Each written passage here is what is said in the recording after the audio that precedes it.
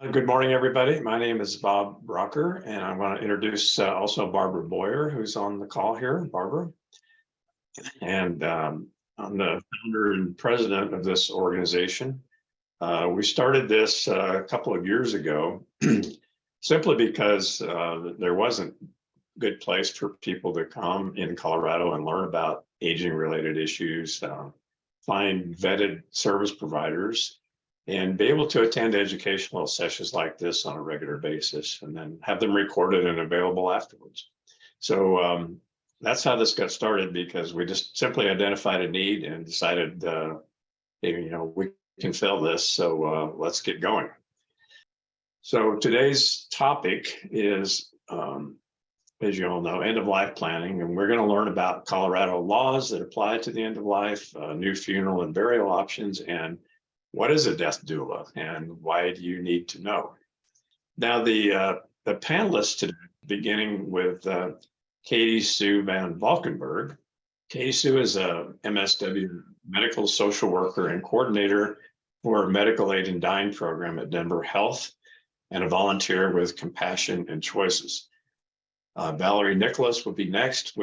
She is a death doula, and she'll talk about what that means, and co-founder and president of the Colorado End of Life Collaborative Volunteer Board of Directors. David Heckel is an advanced planning consultant and general manager of the Natural Funeral Lafayette Funeral Home, and Emily B. Miller is the owner and founder of Colorado Burial Preserve, which is Colorado's first environmental burial preserve, and is a licensed funeral director and embalmer. A little bit about us, Age-Wise Colorado. I mentioned, how we got started and so on. So we're working to become that hub of information and service providers. The primary reason we're doing this is because our population is getting older. So with that, I'm going to stop sharing and introduce our first panelist. So that would be Katie Sue. Katie Sue spent her youth terrified of death, and now death positivity is the only topic on her mind. She's now a medical social worker and coordinator for the Medical Aid in Dying program at Denver Health. This program helps navigate and guide those who are utilizing the legislation and program. Katie Sue has also worked as a life transitions coordinator for nursing homes, specialized in caring for those with dementia, and as a social worker with an oncology infusion clinic. She is fueled by the passion to help others feel empowered at the end of life, regardless of disease progression or cognitive status. She can be found talking about deaths on the ski lists of Colorado or while walking with her service dog, Corgi. His name is Henry Butters. So, Katie Sue, tell us more about what you are going to be talking about today with the end of life options. Betcha. So I'm Katie Sue. Nice to meet everybody. Today we're going to talk about the Colorado End of Life Options Act. Because if you didn't know, there's a law, and it's a very, very wonderful law for us here in Colorado. Here's my quick little agenda. We're going to talk about what the law is, what is and is not medical aid in dying, the eligibility for the law, the protocol, the medications, and then a little bit about cognitive loss and medical aid in dying. So quick overview, what the heck is this law? I put the full definition here so that you all can read it for yourselves, but it's formally called the Colorado End of Life Options Act, or Proposition 106. This was passed in 2016, so it's been legal here in Colorado for 5 years, which is really wonderful.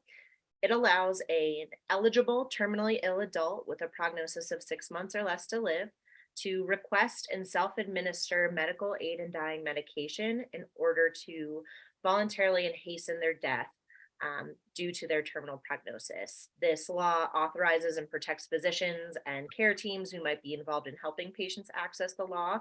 And it also creates criminal penalties for tampering with someone's request or knowingly coercing a person to request the medication.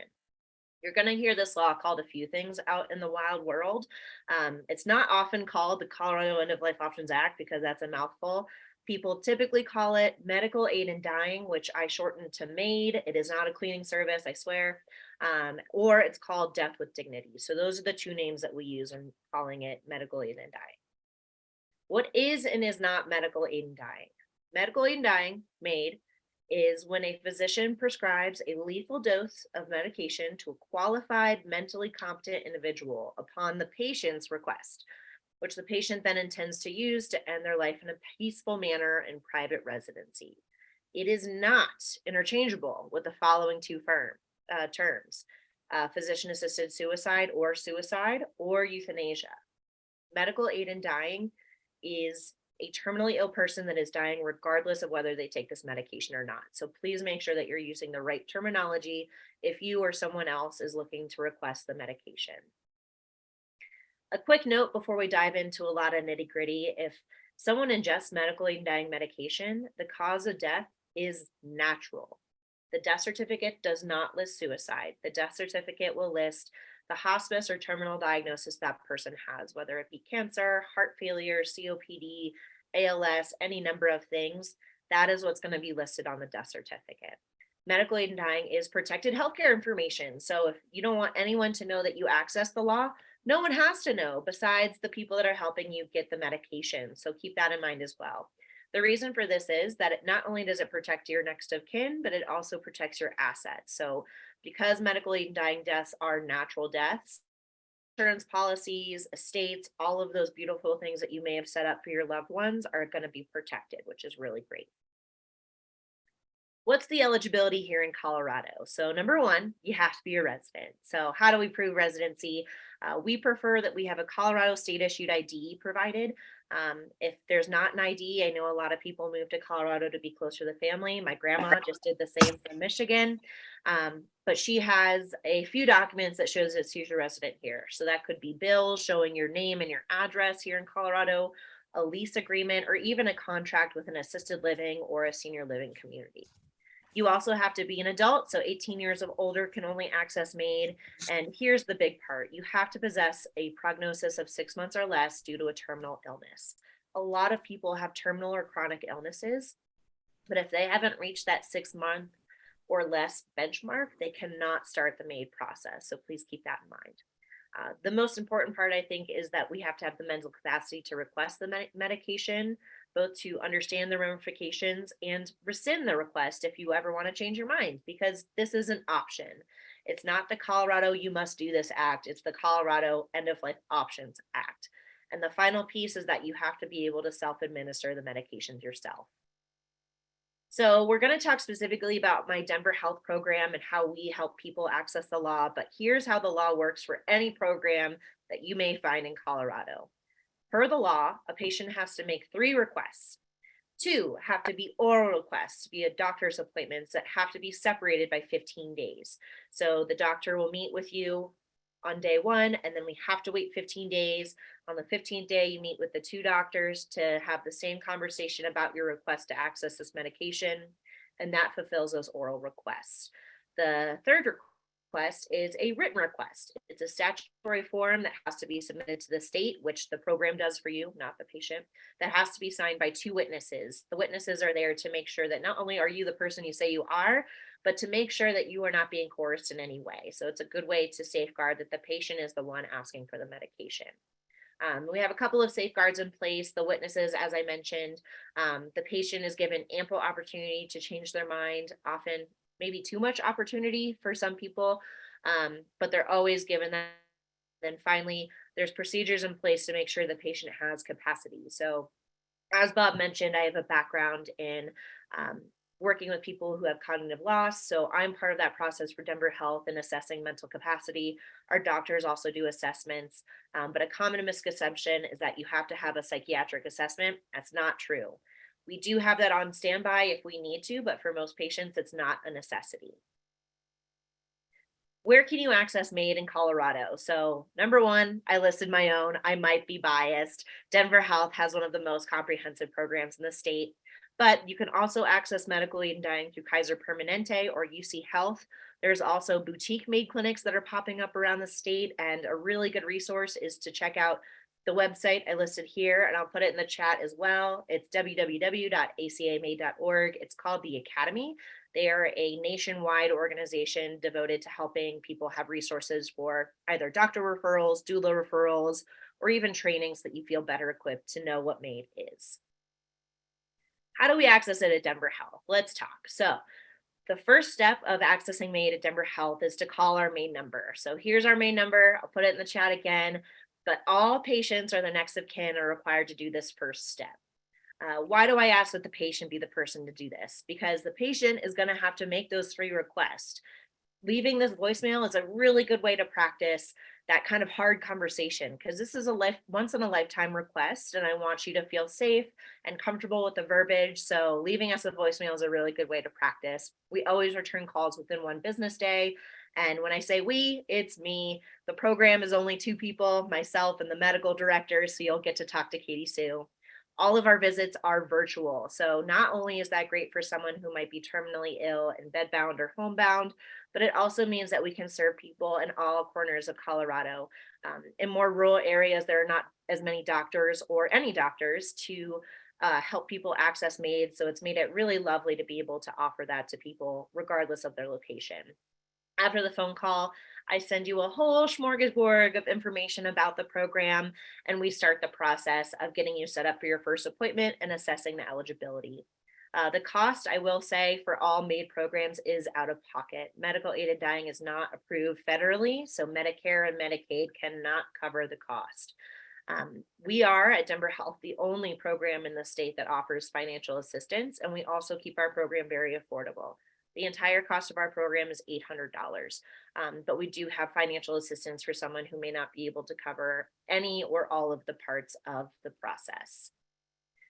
I think there's also a lot of misconceptions about the medication. So it is not an injection. It is not one little black pill.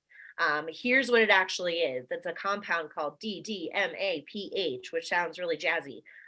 But to break it down, it is a very powerful combination of different medications that are ground up for you. So when it comes to your home, it'll be in about 1/3 of a cup of powder to be mixed with 2 ounces of liquid. And the medication are as follows. It's digoxin, diazepam, morphine, amitriptyline, and phenobarbital. What I will say is any one of these medications would be effective on their own for helping someone fall asleep. But just the easiest comparison is that the hospice morphine dose is typically 0.25 milligrams. Ours is 15,000 milligrams. So this is a very, very peaceful, very graceful way to fall asleep and not wake up, which is what our patients want. Let's talk about self-administration. I think this is also another misconception. A lot of people envision having to be by themselves in a medical facility, having to mix and drink this medication. No, let's back up right there. There's 3 ways to self-administer. And I will say we don't allow anyone to be alone when they take MAiD medications. You always have to be in a private residence home or a family home. But the most common way people ingest the medication is orally. They will add the 2 ounces of liquid to the medication. They'll shake it up and they'll drink it mostly through a straw, sometimes cup to mouth. A family member or medical personnel can hold the cup if somebody has tremors or their hands are not just gripping as well as they used to. The other is actually via peg tube or feeding tube. We feed it into a syringe, but the patient has to be able to push that syringe in. And then final is a rectal administration. We're seeing a large increase in people who have head and neck cancer or ALS where their swallowing is affected. So rectal administration is just as easy and just as dignified. We use a catheter. And again, the patient just has to be able to push the syringe in, but there are 3 different ways to be able to self-administer. After the MAiD ingestion, here's what you're going to see. You're going to see an expedited dying process. So I imagine that most of you have seen death in some way before. All of those things happen very quickly. So it can be scary if you're not accepting it, but it's very peaceful for the patient. The patient will fall asleep in less than 5 minutes into a deep, deep, deep unconscious sleep from which they will not wake up. 100% of the patients that have taken DDMAPH have not woken up. But there is the varies in the time to death. Some people die very quickly in 5 minutes. Some people have taken up to 15 hours. The 15 hours is my extreme outlier that I've seen in recent years. but I added it in because I want people to know there's a span. The patient's going to have no idea that this is happening. They're very comfortable, but I want the next of kin to know that you could be prepared for something very short or much longer. So be prepared. But you'll see that agonal breathing, the periods of apnea where someone holds their breath and then releases it in a gasp, the changes in body temperature, of eyes, all of those things will happen, but the patient will be very comfortable. Once the person, their vitals have ceased, it's a normal dying process. So 95% of the patients that take MAiD are already on hospice care. So if hospice is involved, it's an attended death. They will come and do the death process and the pronouncement. Again, MAiD is not listed anywhere on the death certificate as a natural death. So keep that in mind. I do want to touch just really briefly on cognitive loss and MAiD. Unfortunately, in the US, people who have dementia or cognitive loss cannot access medical aid in dying, and it is heartbreaking. And I recognize that it sucks, for lack of a better term. The reason is twofold. Number one, somebody who has dementia but can still make their needs known is not within that 6 months or less window to live. Additionally, once they get to that 6 months or less window, they can no longer make their needs and wants known, meaning they can't ask for the MAiD medications, which is heartbreaking. Here are some of the tools that I highly suggest, though, if you have dementia or are worried about it and want to make sure that you're prepared for some options. Number one, the dementia provision. It's on the Compassion and Choices website. It is a really handy tool that you can prepare for your loved ones so that when you reach certain benchmarks, like I can no longer feed myself, I can no longer toilet myself, I want you to stop offering me food and stop offering water so that my body can start the dying process. It's a really nice thing to give to your family so that they aren't stuck making those decisions. Dignitas is also an option for people who have early or kind of the mild versions of dementia and want to utilize assisted dying. It's a Swiss-based company. They offer assisted dying for those with cognitive loss and more than 6 months to live. It is expensive, but it is out there. And then the final one is voluntarily stopping eating and drinking. It's called VSED. And what VSED does is, again, it gives the person that cognitive decision to stop eating or drinking to hasten the dying process for someone who may not want to continue living in this diagnosis that they have that is unpredicted prognosis of life expectancy. All that to say, wrapped up in a little bow, here's some food for improvement, food for thought. The 15-day waiting period is too long. We are working to eliminate the 15 days down to 48 hours. I believe we're working in 2024 to bring this to legislation in Colorado, but that is in the works.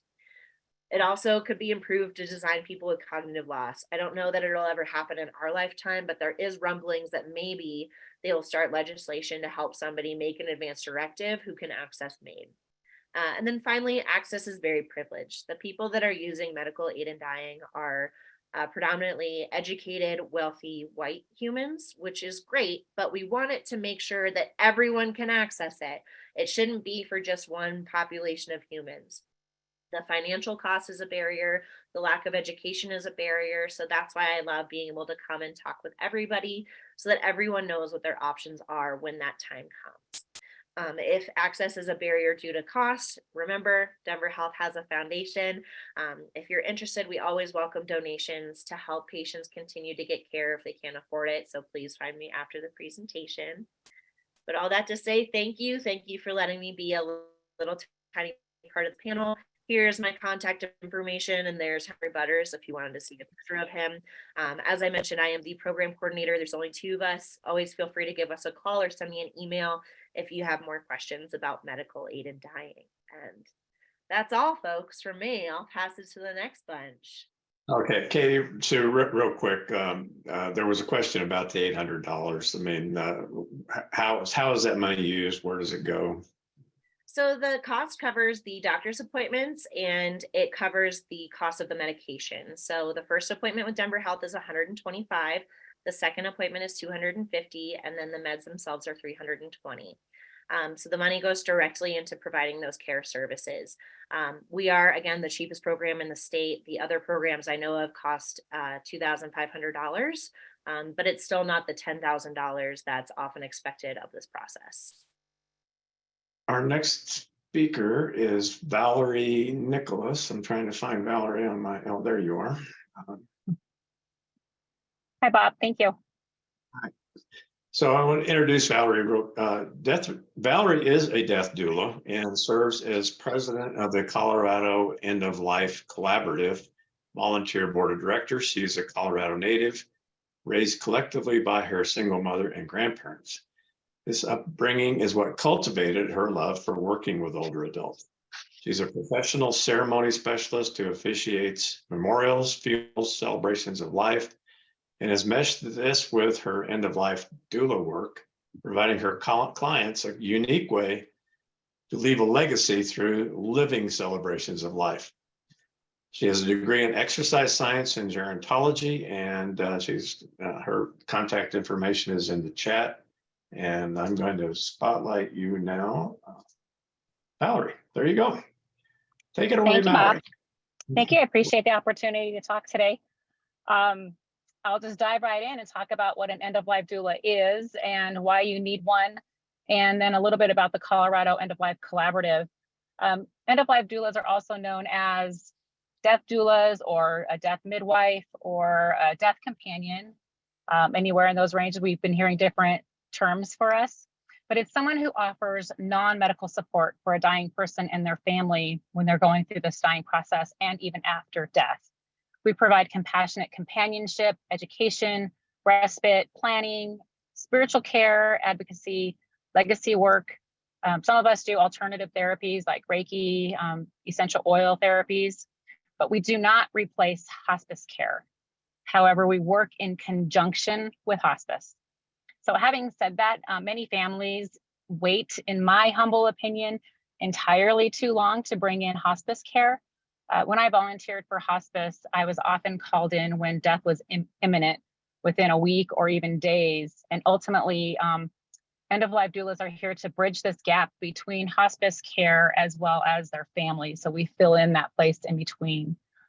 According to a recent Kaiser Family Foundation poll, 7 in 10 Americans say they prefer to die at home. And caring for a dying loved one at home is mentally and physically exhausting. All the feelings, positive and negative, that surround a relationship with a person who's dying come to the surface. Couple those feelings with thoughts of our own mortality are often projected on the dying person, and the whole situation can just bring so much discomfort to the person that's dying and their family members. And this can also be a great time of bonding and comfort, or it can bring out the worst family traits and tension in the family. So ideally, the death of a loved one can be this beautiful opportunity for healing old family wounds and for expressing this love and compassion that families have for each other. I believe it was Barbara Carnes, who's a hospice nurse and award-winning death educator. She said, dying is not a medical event. In the hours to minutes, often days before death, we don't need medical assistance. We don't need doctors, we don't need nurses, we don't need hospitals, we don't need emergency services, 911. But what we do need is help from friends and family and caregivers. And it's the hours before death that become a time of this beautiful support system from others. For some families, the conversation about dying and death are very difficult. I had that own experience in my own family. And I always like to refer clients and other people who ask me about how to bring up this topic about death and dying to their family members. It's a very helpful guide is the Conversation Project, and you can find a downloadable document on the conversationproject.org. And this is just to help families come up with ways to discuss what their loved one may want at the end of life. Oftentimes it can be someone who's young who just tells their family member that they found this document and this is what they would want. And then that's the opening to have this discussion with their loved ones who might have a terminal illness. So end-of-life doulas are also trained to have these difficult conversations with family members when they just can't do this.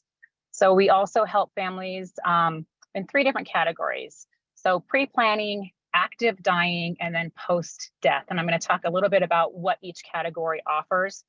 In pre-planning, this can be for anybody who's actually vital, healthy, young, 20, 30, 40-year-old who doesn't have a terminal illness. So it's a good opportunity to state your wishes now rather than wait until you are diagnosed with a terminal illness. But this will just open the gates for that talk, the conversation about it. So it's an ongoing opportunity to keep changing also. Like if you might think you have end of life figured out right now when you're 30, but that might look differently when you're 70. You know, you might want to change it and tweak it every 5 years or even more often when you're older. So it's something that you can revisit. These are also called the advanced directives. So an end-of-life doula can help with your advanced directives. You know, who is your medical decision maker? What are your thoughts on life support? These are all questions that you need to express to your family. Funeral options. You know, are you going to have a traditional funeral? Are you going to have cremation, water cremation, natural burial, and body composting? These are all options that now we have in Colorado, which is beautiful. And an end-of-life doula can help you think about these options, and you can let your family know what you want to do. We don't create wills, but we may have discussions about treasured items, both monetary and non-monetary items, or even just sentimental items. You know, who do you want to leave these things to? What other resources might be helpful to them? Estate sales, professional organizers, elder care resources, to help them remain in their home if that's what they choose to die. So end-of-life doula has become this resource for families. And also to help relieve anxiety around death and dying, our doulas are skilled with visualizations and meditations, and then have these open conversations about whatever fears that they have around death and dying. We have an end-of-life plan, which is the last days, weeks, hours before death. What does it look like? Do you want certain people there around your bedside? Do you not want certain people there? Would you like, what would you like the room to look and feel like? Would you like music? Would you like essential oils? What brings you the most comfort? Are your pets going to be with you? These are things that we will talk about in an end-of-life plan. Legacy work. How does this person want to be remembered? Do they need help writing letters to any family or friends? Is there any unfinished business that they would like to resolve? Legacy work can help the dying find personal meaning in both life and death. So I have combined my work as an end-of-life doula and my celebrant work to create living celebrations of life, somewhat like a memorial. However, the guest of honor is very much alive and present, and they are there. I interview them to capture their life story. What are their successes, their lessons, their adventures? What do they want to have their grandchildren know about them?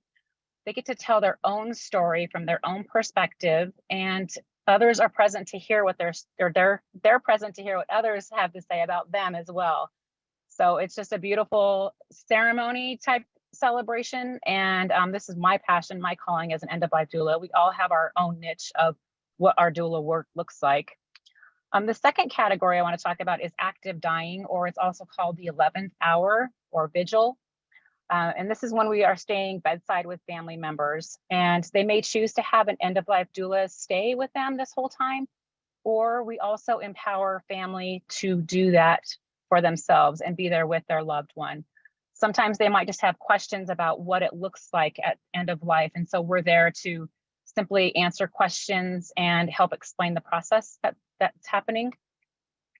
And the third category is post-death. So if during the death plan, a client has expressed a desire to stay at home and have the family wash and dress and prepare the body, we can support and guide them during this process. And we acknowledge this as a very sacred and reverent work that we do. Some of our doulas are ordained ministers and celebrants who can offer blessings to the body post-death. Some will choose to wish to lie in honor for a visitation or a home funeral. And when families are involved in this process, it can be a beautiful yet meaningful extended goodbye. Post-death, end-of-life doulas can also help with cleaning out a person's home and just those tasks that are just so laborious, closing accounts, help with the slurry of paperwork that requires just a mind-boggling amount of time and energy to sort out. There's a great book that I love to recommend to families, and it's a Beginner's Guide to the End by B.J. Miller. And I can put that in the chat after.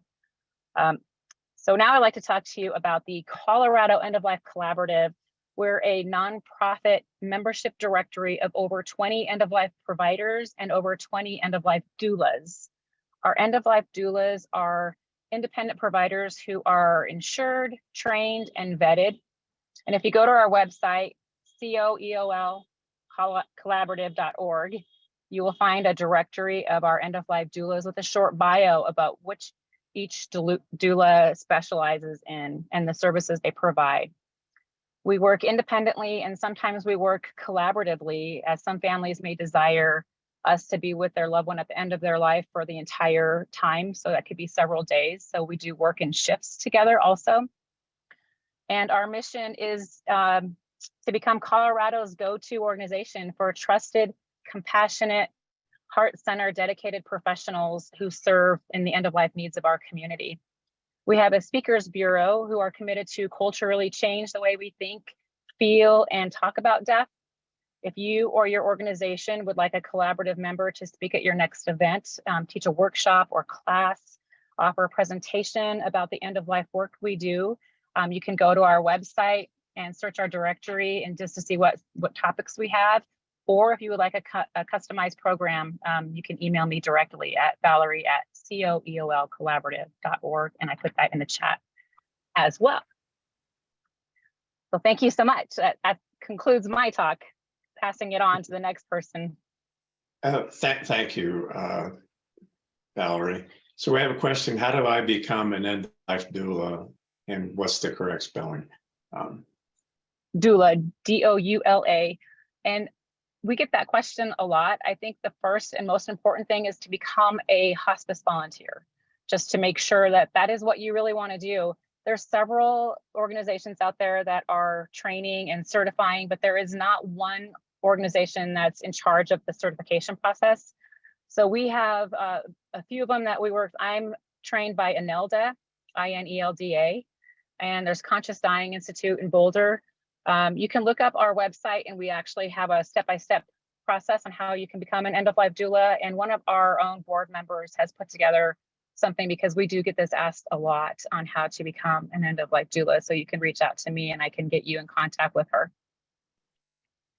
Okay, thank you for that. And where does the word doula come from? How did that originate?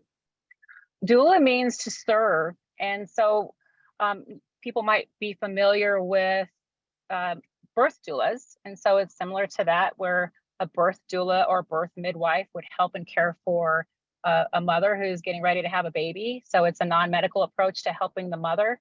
So this is just the other end of the spectrum as a death doula, to serve. I think it's Latin. Do you have to be licensed or certified? Like I said, there's not a certifying agency, but there are several now that are certifying.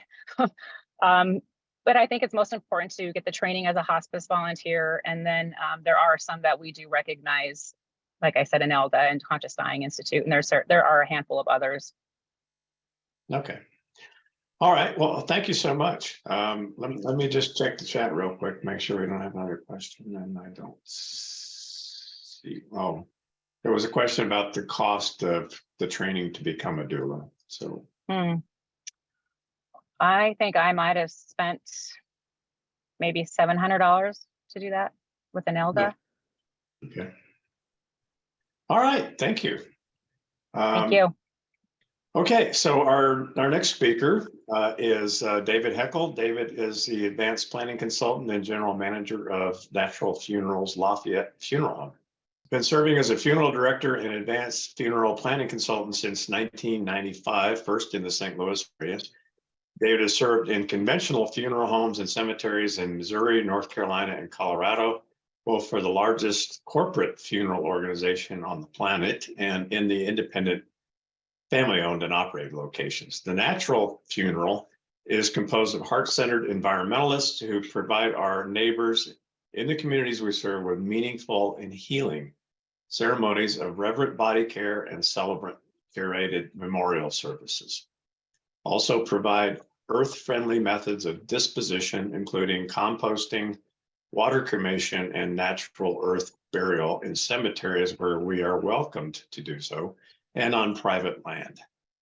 David is a skilled public speaker and active community volunteer And now he's going to tell us about all these different methods of disposition and other things.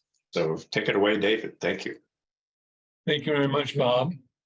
The natural funeral started in March of 2019 here in Lafayette, Colorado, founded by an environmentalist and someone who is actively helping families in Boulder County with home funerals and had been serving the elder community in other ways.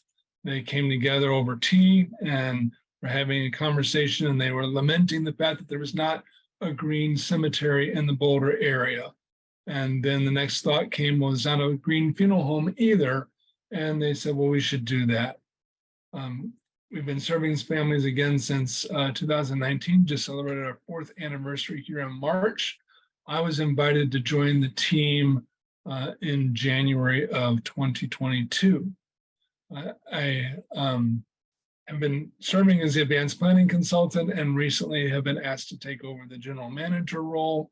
We also in March opened a 2nd location in Loveland, Colorado, with plans and full intentions to find a location in the Denver area soon, hopefully in the coming months before the end of the year. We are a full service funeral home. Sometimes people have questions about that. We provide transportation of a decedent from place of death to our care. We provide families with opportunities for ceremony and ritual to say goodbye, which is my most important thing that we do. And we do things to dispose of the body in much more green, environmentally friendly, earth-friendly ways. First, I want to talk about Reverent Body Care. It is a special time for immediate, close, intimate family members to spend with their loved one after we have them in our care. We provide a beautiful space in our chapel for that to take place. We can also do it in the home and facilitate that there. It becomes a ceremonial washing of the body, not because it's dirty, but because it's something that humans have known to do for thousands of years. And so we call what we offer traditional funeral services. What the rest of the world is, we refer to that as conventional. Reverent Body Care can be a very special time of sharing grief and love for this person. And typically people are tending to feet, hands, and face while expressing their love for the person. We might begin by tending to the feet and asking, where have these feet carried this person in their lifetime? What adventures have they been on? When we move to the hands, we could ask, what work have these hands done? What art have they created? What children have they lifted up? And we move to the face, and it just becomes a very tender time of saying goodbye. And everyone, without exception, who's chosen this service has found extreme meaning from it. We often hear people say things like, man, that touched my heart. I wish it was available when my fill in the blank died, my parents, my grandparents. So it's a very special service that we offer. It's our signature service. Then if it's desired, we can then invite others in to have a chance to say goodbye and pay their respects, similar to what a visitation or a viewing might be in the conventional world. When it comes time for a more public ceremony, we have on our team celebrants who are skilled at interviewing and public speaking and storytelling. When they're called upon to help a family with a service, they want to get to know that person who's died and the family, so they'll begin with an interview process, maybe 2 or 3 hours long. It may be multiple visits. Their goal is to get to know the deceased and their family and hear those connections and stories so that they can then co-create with that family a highly personalized and very meaningful ceremony. Then when it comes time to do something with this, when we're finished with it, no longer are your choices just smoking or non-smoking. We offer natural reduction, which is also called body composting. In that process, the body's laid into a vessel we call a chrysalis. The body is enveloped with wood chips and alfalfa and straw, and we're just helping to facilitate what would happen naturally in nature, but optimizing those conditions to speed the process up. In about 4 to 6 months, the body's transformed into a rich, fertile, regenerative, living soil. Families can come and collect as much of that soil as they would like to get to use to plant a tree, a rose bush, to amend the soil in their property. And if they don't want all of it, we have places like the Colorado Burial Preserve, or flower farms, or sod farms, or tree farms, where it goes back as a gift to the earth. It's donated. We don't collect any revenue from this soil.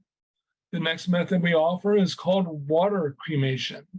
Alkaline hydrolysis is the scientific term for water cremation, and it's been used for many years to dispose of diseased farm animals, probably pets, and I'm sure maybe even zoo animals have been disposed of using alkaline hydrolysis.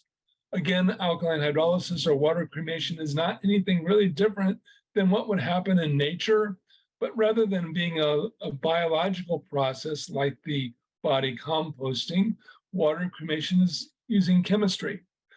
In our system, we are fortunate to have probably the best technology. We purchased it from the inventor. And by that, I mean our technology only uses about 12 gallons of water. Other systems use many more gallons, 150 or more. And in this dry, arid environment we're in, water is a precious resource. In a matter of a few hours, the body is transformed into the bone remains like you get from a flame cremation, and a liquid essence. This liquid essence is a bionutrient. Consider all the great chemistry that makes up our bodies comes from nature. It can be returned to nature to feed plants as a fertilizer. Flowers love it, especially in their blooming phase. So the water cremation process uses less than 10% of the energy that a flame cremation uses. And we're not burning fossil fuels to make it happen. A lot of gas is burned in each fire cremation. And again, we have this beneficial byproduct. And then we also are offering green or natural burial. As Bob said in the introduction, we do that in cemeteries where it's welcome. There's no legal requirement to have an embalmed body in a fancy casket in a concrete box 6 feet in the ground. And Emily's going to tell you more about that in a moment when she takes over. But we work with a number of different cemeteries where we offer families an opportunity to lay their loved one to rest in the ground, to return to the earth in nature's time. We also offer flame cremation here at the Natural Funeral, in large part because there are certain religious and cultural communities that we serve where that is their primary preferred method of disposing of the body. So we want to honor them as a full service funeral home, but also it allows us the privilege of serving a certain population in our neighborhoods who die without any money, without any resources, without anyone even to claim their body. In those cases, the county is responsible for those deaths. They distribute those cases to area funeral homes on a rotational basis, and they'll cover the cost of a flame cremation. Here at the Natural Funeral, we've installed a bell above the door of our chapel, and whenever we're privileged to serve one of those individuals, we sound the bell to let the community know that someone has died, and I that touches my heart as well. It was, I think, a good thing that we did there. As far as planning ahead, you can plan ahead for any funeral services you should request. All funeral homes are required by Federal Trade Commission rules and regulations to handle prepaid funeral agreements in a certain way. And that is, you can get a guaranteed contract from the funeral home for specific services that locks in your cost, but the funeral home cannot collect any money to its revenue accounts until the day it provides the service. In order to hold your funds, we're required to set them aside. Almost every funeral home I've ever worked with uses a special life insurance policy for this purpose. There's more information to share about that. If you want to know more about it, please reach out to me. I'm delighted to have a visit with you, either via Zoom as we're talking now, or in person. Ideally, I'd love to have you come to one of our beautiful funeral home locations, either here in Lafayette and visit with me, or in Loveland and visit with my very capable associate, Becky Davis, there. One thing that came up with a conversation with Barbara was that if I already have a pre-plan somewhere, many people have already paid for a simple flame cremation, perhaps, but when they learn about these new environmentally friendlier options, they kind of have some regret. I wish I hadn't have done that. I would like to do body composting. I would like to do water cremation because it matches my values of environmentalism and care for the earth. Well, you can still do it. And I can share with you how you can go about having a separate agreement with a natural funeral, or potentially using the money that you've already set aside for your other services, and we can collect those funds here to go towards our costs. So I hope I've sparked some interest in the audience here. I appreciate your attention, and thank you very much. Thank you so much, David. It's very interesting. Well, this has all been very interesting, actually. So our next speaker is Emily Miller. Emily is the owner and founder of Colorado Burial Preserve, Colorado's first environmental burial grounds. She was working as a licensed mortician and funeral home manager when she perceived a need in the market for a different type of cemetery with a native habitat mission. Opening a cemetery also opened a dialogue between the community and funeral service providers about what these services should look like. And Emily now advocates for a greener industry through education and outreach. She's also volunteers on the board of directors of the Green Burial Council, specializing in the environmental certification process for burials, and often hears perspectives from participating end-of-life resources across the United States and Canada. So Emily, tell us more about Colorado Burial Preserve, please. Wonderful, Bob. Thank you so much. Don't worry about the text on this screen. It's just a pretty picture to hold while I introduce myself. As was mentioned, my background is conventional funeral and cemetery industry, and I learned about natural burial as an option when I was in mortuary college studying to become a funeral director.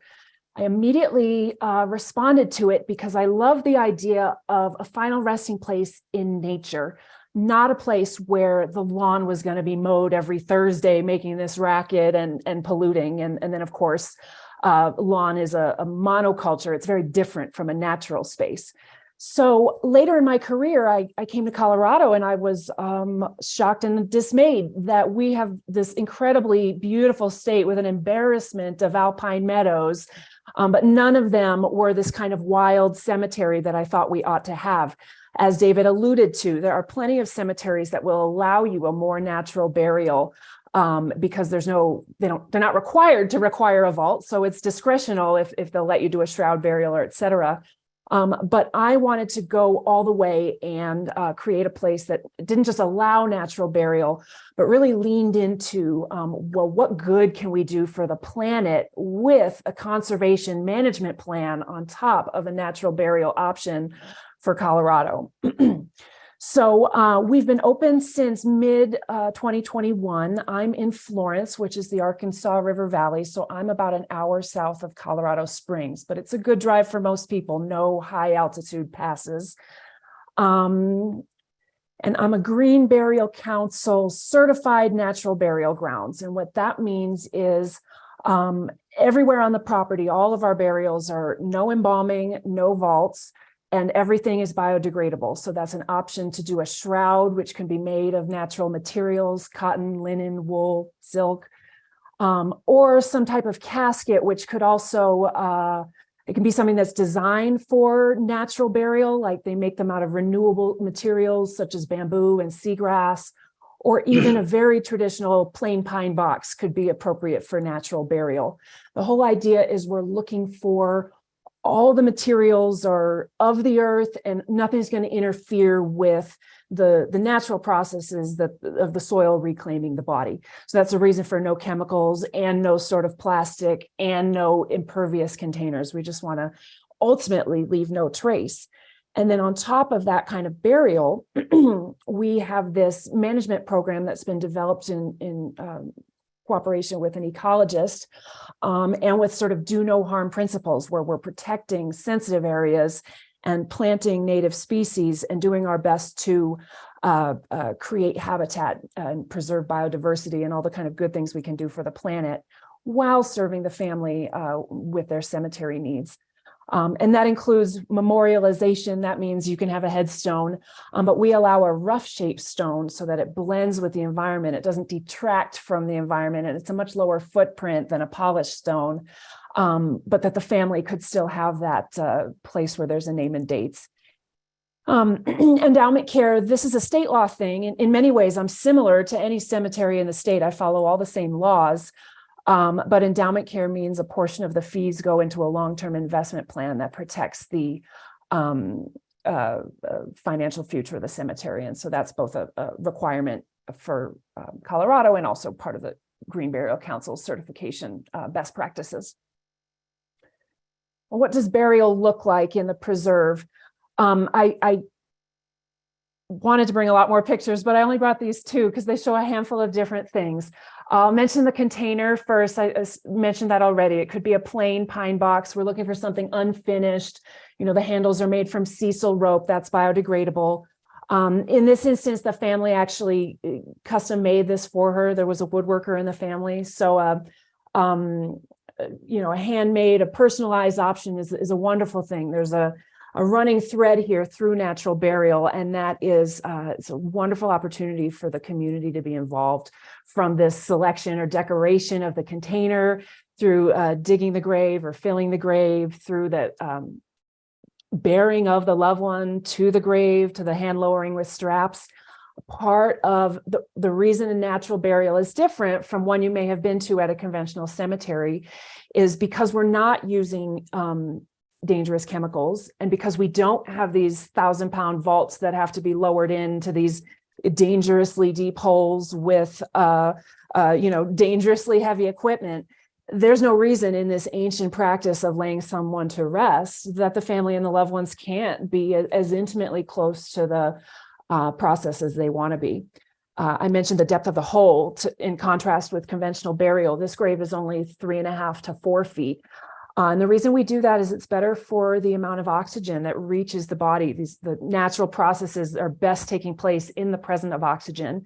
So the addition of the flowers, the organic material to the bottom of the grave, this introduces oxygen pockets, and it introduces little places, habitat places for these microbes to colonize and carry out these processes. It also adds a lot of beauty to the process to be able to line the grave with the organic material. And I just wanted to, I hope it plays. No, I'm sorry. There might have been a video here. Anyway, I wanted to share the little image of the grandchildren shoveling, because for me, this is an important part, as I mentioned.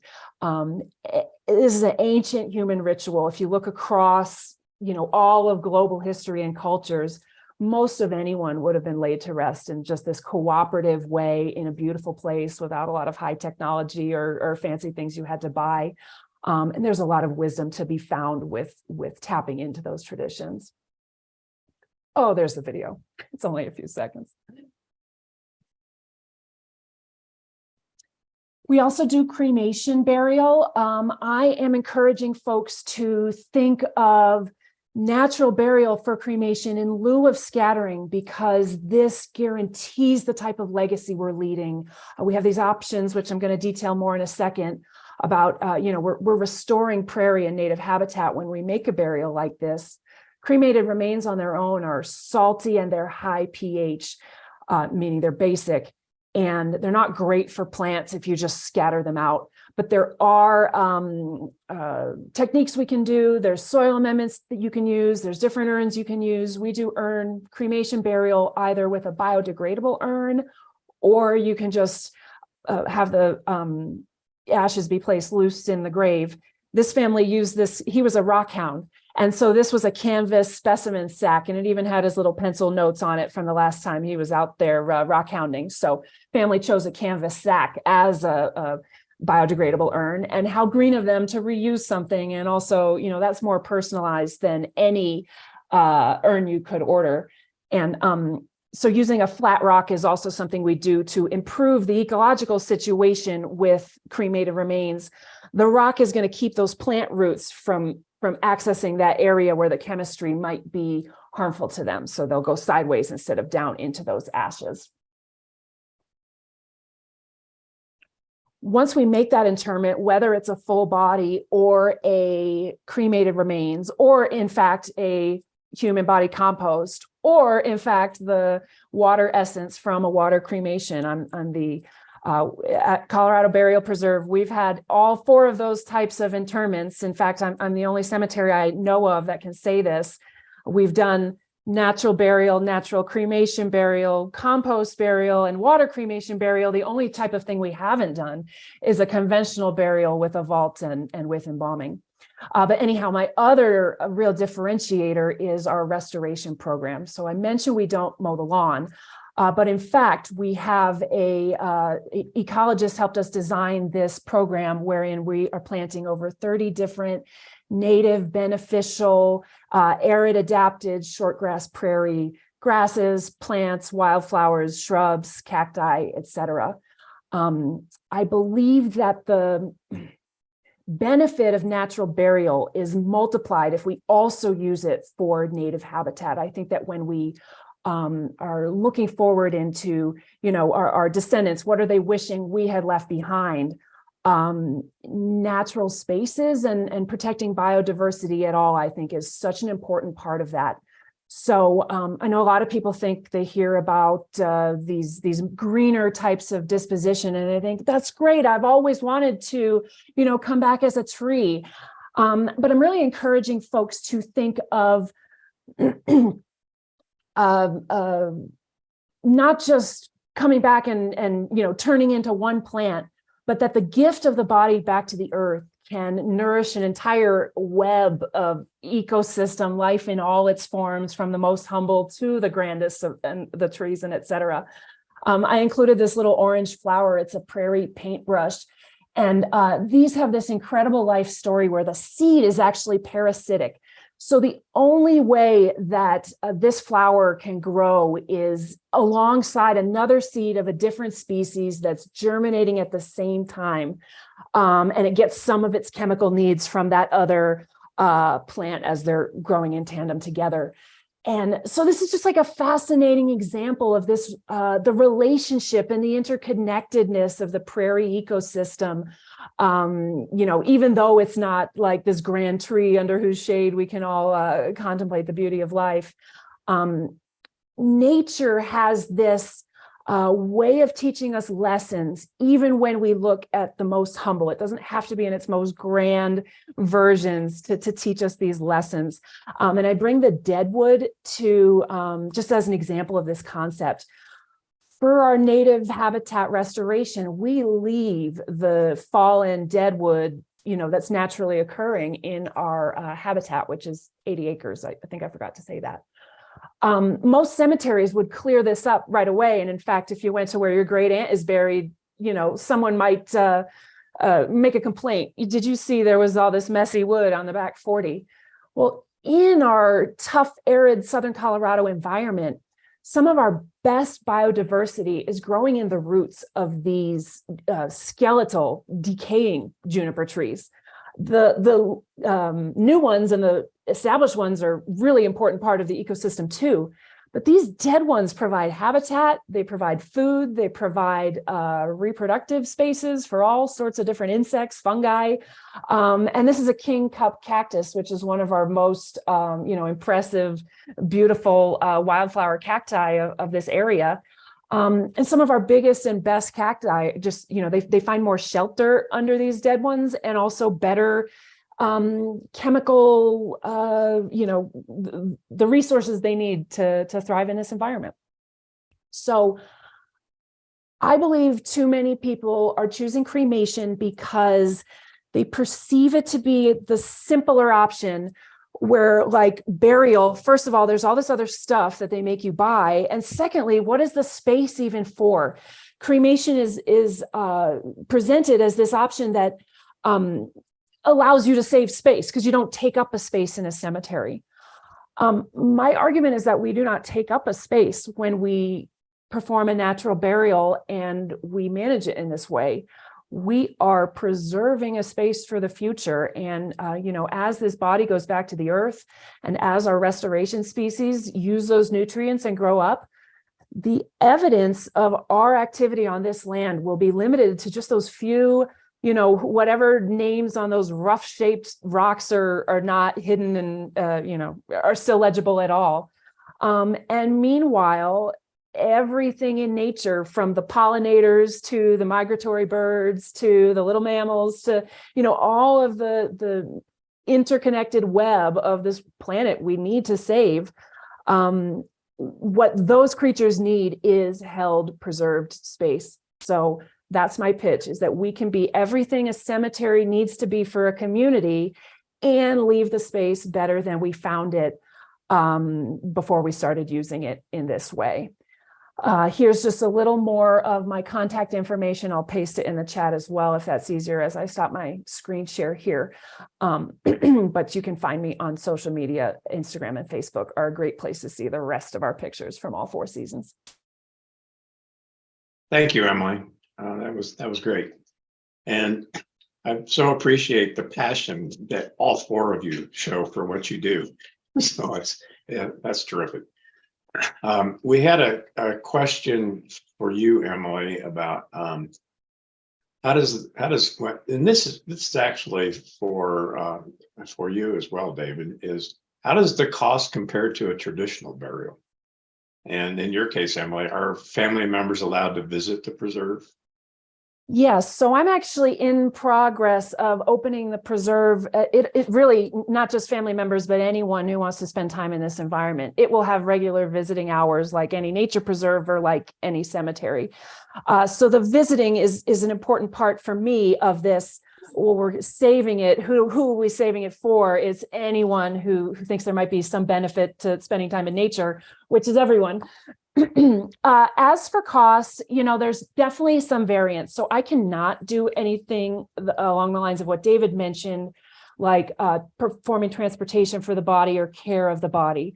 So most folks who have burial in any cemetery will have like one set of charges for the cemetery and one set of charges for the funeral home. And of course, there's variance in both of those sections. I will say with a natural burial, we are saying no thank you to the casket and no thank you to the vault. And by the way, both of those you have to pay sales tax on, so the state gets a cut when you don't say no thank you to those things. So you can absolutely save money by declining things out of a conventional funeral, but still, cost-wise compared to the most minimum cremation, a natural burial is probably higher. Okay. From our perspective at the natural funeral, one of our tenets is transparency and another is family choice. So you can go to thenaturalfuneral.com, our website. Our general price list is published there for everyone to read, and it's under the services tab. I will share with you that our most expensive service would be what we call our Aspen Grove body composting, which includes reverent body care and a celebrant to curate and deliver that beautiful ceremony. And that could be $10,000 or more. And our least costly package would be a simple flame cremation at $2,400. As I said, I came from the conventional funeral world, and in the Denver metropolitan area, if you're going for a conventional burial, you'll spend easily $10,000 to $12,000 in the funeral home for services and merchandise before you get to cemetery costs, and cemetery costs could easily equal that or more. So on average, people are probably spending between $18,000 and $20,000 for a conventional funeral service with a casket in the ground. And so with that in mind, we are half or less as far as costs are concerned. I have a question about embalming. So obviously throughout history, bodies have not been embalmed. So that started somewhere. and it had a reason. So can either one of you explain how and when? I can. The practice of modern day embalming is only about 150 years old. It began, as I understand, during the war between the states, the Civil War here in the United States. The federal troops side had a surgeon who was wanting to preserve at first the bodies of fallen officers and then any soldier who died on the battlefield. Back in the late 1860s, there was no such thing as refrigerated transport. So in order to get these bodies back, sometimes several days journey to their home place for funeral and burial, they had to find a way to preserve it. So they started experimenting with injecting chemistry into the cardiovascular system of the body using toxic chemicals then, and it just became a standard practice as the funeral profession grew into a more commercial thing. Is that your understanding too, Emily? Yeah, absolutely. You nailed it on the origin. And you had, after the Civil War, you had the increase of urbanization. So you had a lot more people were living in the cities. They didn't have parlors to have their own home funerals in. So the funeral parlor, also you had like a new transportation need because you didn't bury on the back 40. You had to get your loved one out to wherever the burial place was going to be. You had this increase of professionalization. That was the birth of the mortician as a section of our economy, is providing services to these groups that could no longer do it themselves because of the new economic realities. Yeah. And of course, thanks for embalming was something they sold. Yeah. Yeah, thanks for bringing that up, Bob. I don't know if I mentioned that we don't do any sort of invasive practices here at the Natural Funeral. All of our practices are natural death care. And that does not necessarily preclude a family from being able to say goodbye to a loved one who's been through an autopsy or a traumatic injury death. We have ways of working around those unfortunate circumstances, and families can still have a meaningful goodbye. Okay, thank you. So could you talk a little bit more to anybody here about the practices in other parts of the world where there are a lot more people than we have here, like examples, India, China, Africa. Anybody want to talk about that a little bit? Did my apprenticeship for funeral directing on the West Coast, and we worked in a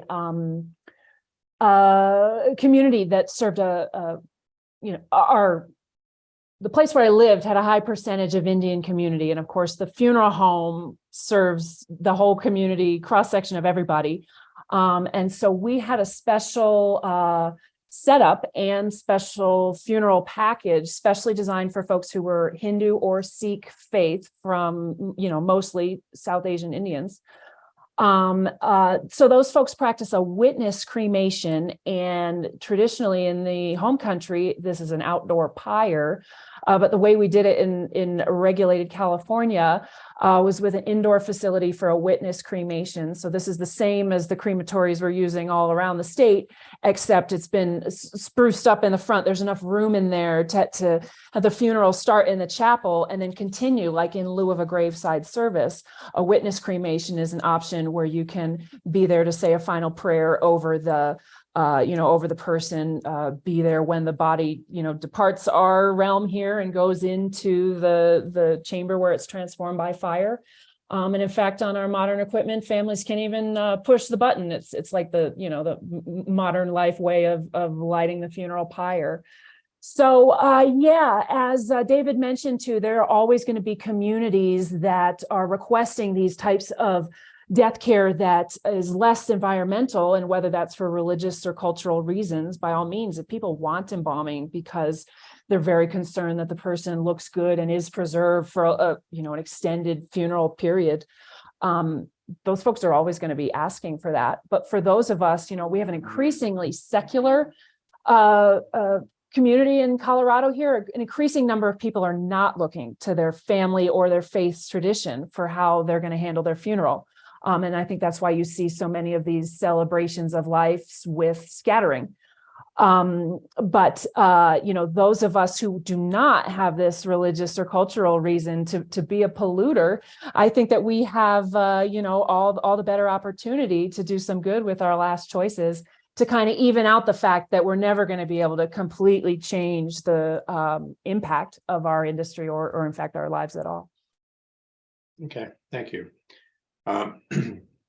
So I know in India, bodies are burned. In Indonesia, it's kind of similar in some respects.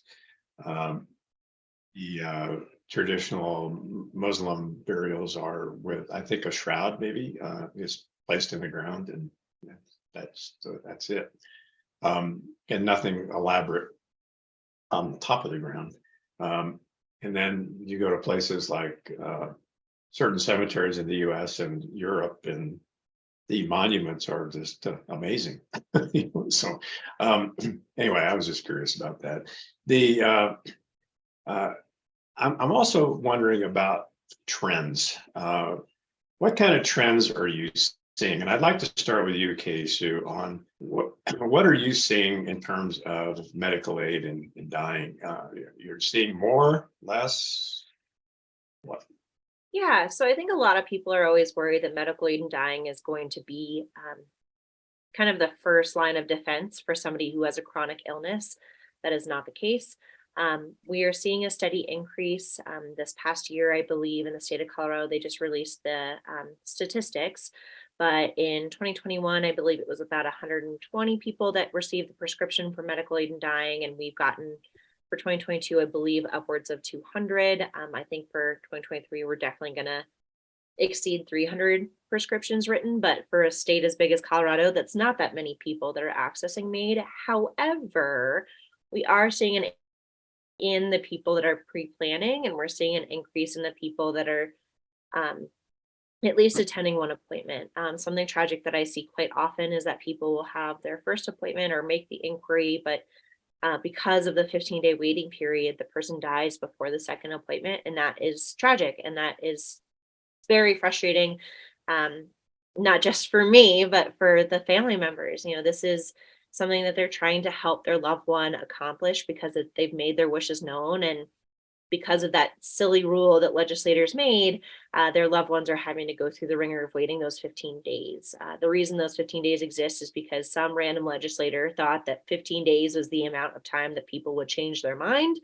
I'm here to tell you that nobody really changes their mind. Once they come to me, they're very much ready to start this process and have it as a tool in their toolbox. So that is frustrating. So I think we're seeing a massive increase in the requests.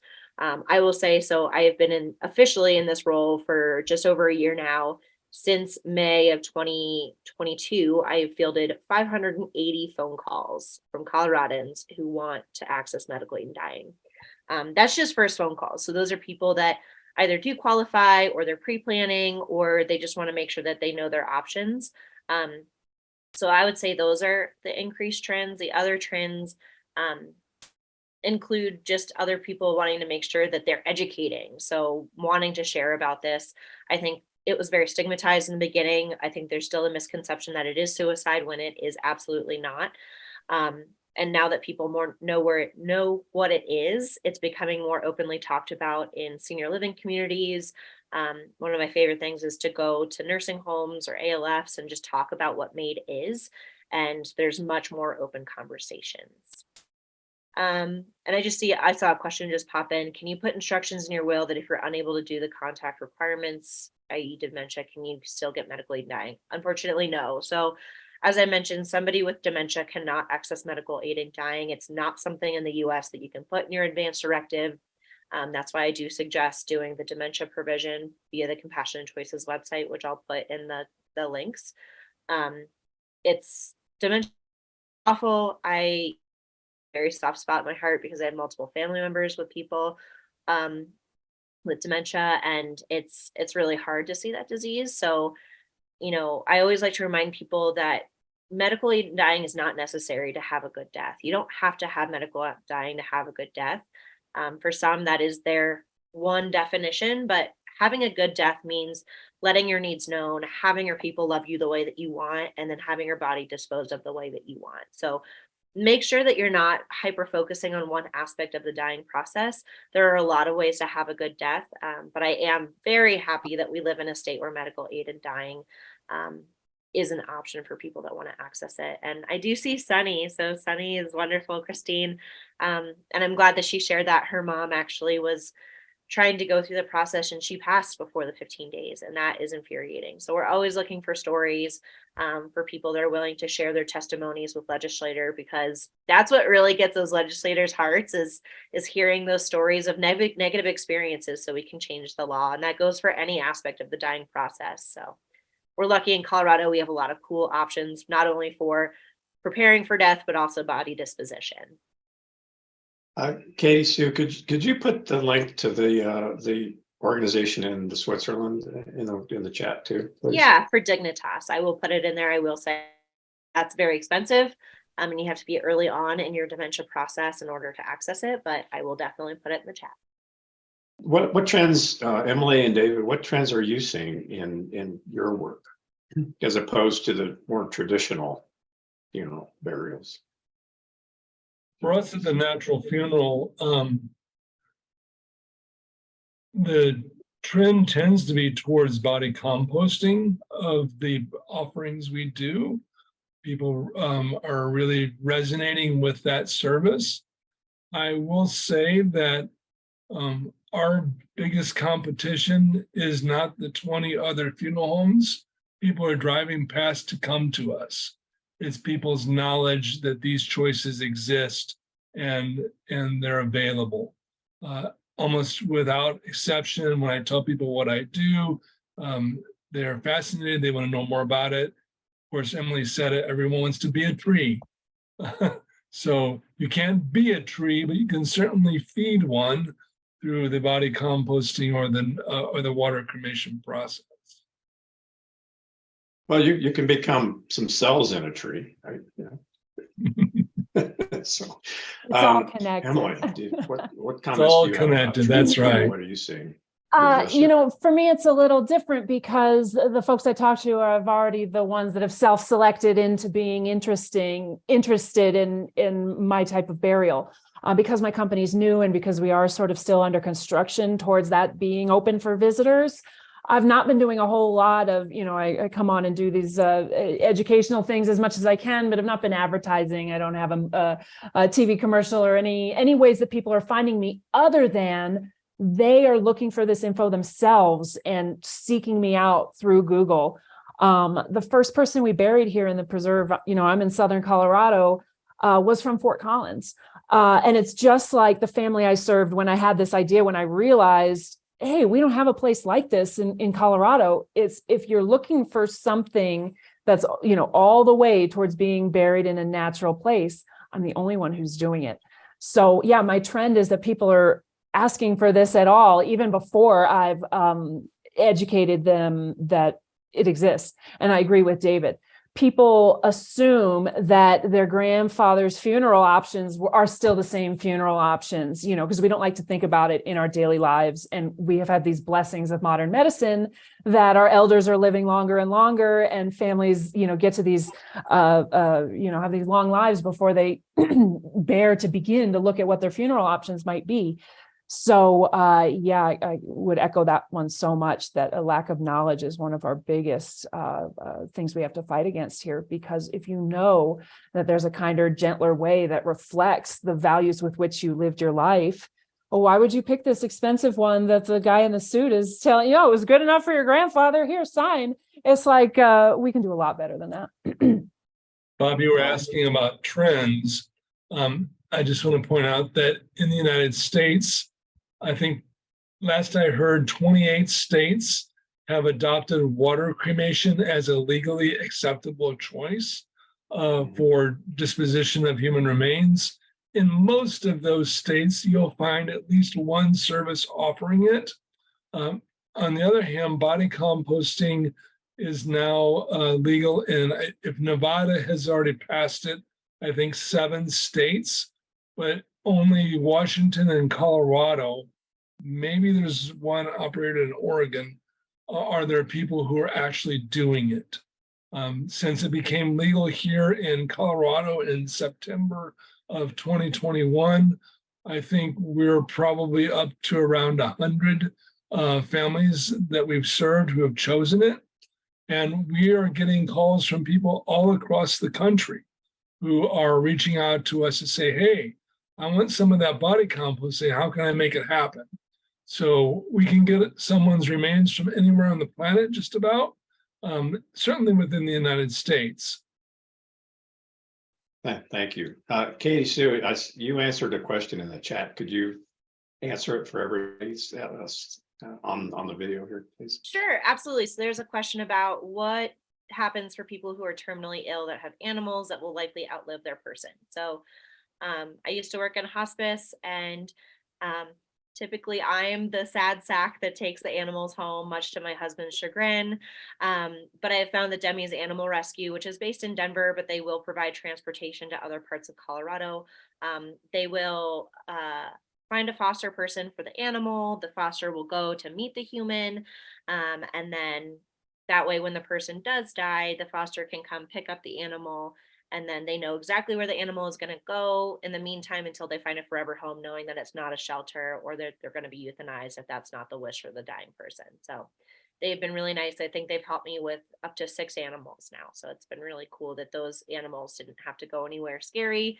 And the dying person had that peace of mind that their animal is going to be loved really, really well. Yes, Christine. You have to unmute if you want to ask a question. Well, okay. Oh, technology. And I saw that Christine also answered, like, most shelters and rescues will help. I would just make sure that the terminally ill person rescues the shelter extensively beforehand or has their next of kin do it, because not all shelters are equal. They're all really good hearts, but we want to make sure that they're going somewhere that the person would support in their death. So we have like a couple of minutes left. And so, Katie, so I would just ask you to just very briefly, what is Compassion and Choices and why does it exist? Compassion and Choices is the largest nonprofit in the nation dedicated to helping people have options at the end of life. So medical aid in dying is one of their biggest platforms that they advocate for, but they have a lot of tools for those with cognitive loss.